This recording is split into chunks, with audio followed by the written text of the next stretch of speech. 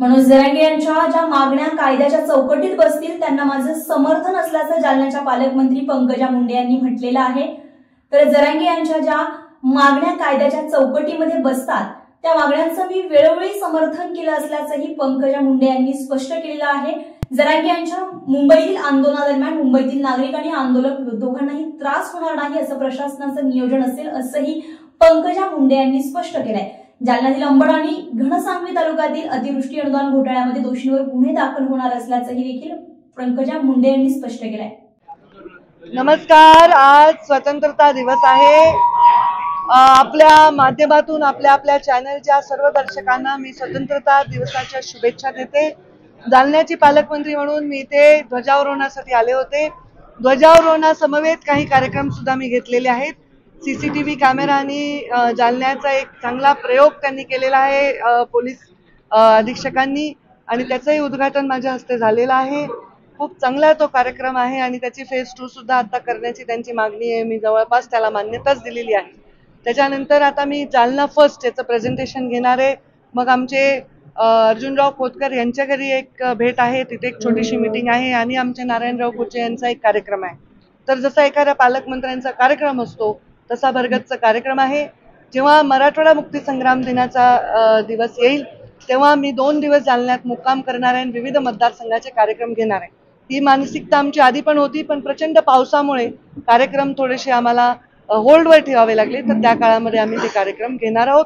त्याच्यामध्ये जालना फर्स्टचे कार्यक्रम असतील, जालन्याच्या स्वच्छतेसाठी, त्याच्या पर्यावरणासाठी, कचऱ्याच्या सेग्रिगेशनसाठी, NGOंना सोबत घेऊन, शासनाला प्रशासनाला सोबत घेऊन आम्ही कार्यक्रम घेणार आहोत। माझी इच्छा आहे जसं इंदोर आणि भोपाळचं आहे नगरपालिकेचं काम, तशा दृष्टीने जालन्यामध्ये काम व्हायला पाहिजे। मी कलेक्टरांनाही सांगितले की एक टीम घेऊन तिकडे अभ्यास गट तयार करून त्यांना पाठवावं, जेणेकरून आपण स्वच्छतेच्या बाबतीत आजच सुरुवात करू, म्हणजे पुन्हा आपल्याला अडचण होणार नाही। पर्यावरणाचं आता मी प्राधिकरण तयार केलंय, नदी पुनर्जीवनाचं, त्या माध्यमातून साहजिक आहे जालन्याचा हक्क माझ्यावर आहेच आहे, मी पालकमंत्री आहे, ते या भागाच्या तलावांचं आणि इथल्या नदींचं पुनर्जीवन करण्यासाठी आम्ही जसं ते पूर्ण होईल, जसं निधी येईल त्याप्रमाणे प्लॅन करू। अनुदान घोटाळ्यामध्ये अद्यापर्यंत गुन्हे दाखल झालेले नाही आणि महसूल मंत्र्यांनी आदेश देऊन 8 दिवस ते म्हणले की 8 दिवसाच्या आत गुन्हे दाखल करा, पण दाखल काही झालेत ना गुन्हे? नाही। अनुदान घोटाळ्यामध्ये आता नवीन कलेक्टर आल्यामुळे त्या थोडी माहिती घेत आहेत, त्याच्यामध्ये गुन्हे दाखलच होणार आहेत। कोणीही शासनाचा पैसा अवैध रीतीने घेणं हे अक्षम्य गुन्हा आहे। पंतप्रधानांनी आत्मनिर्भर भारत स्वदेशीचा एक थोडा नारा दिलेला आहे।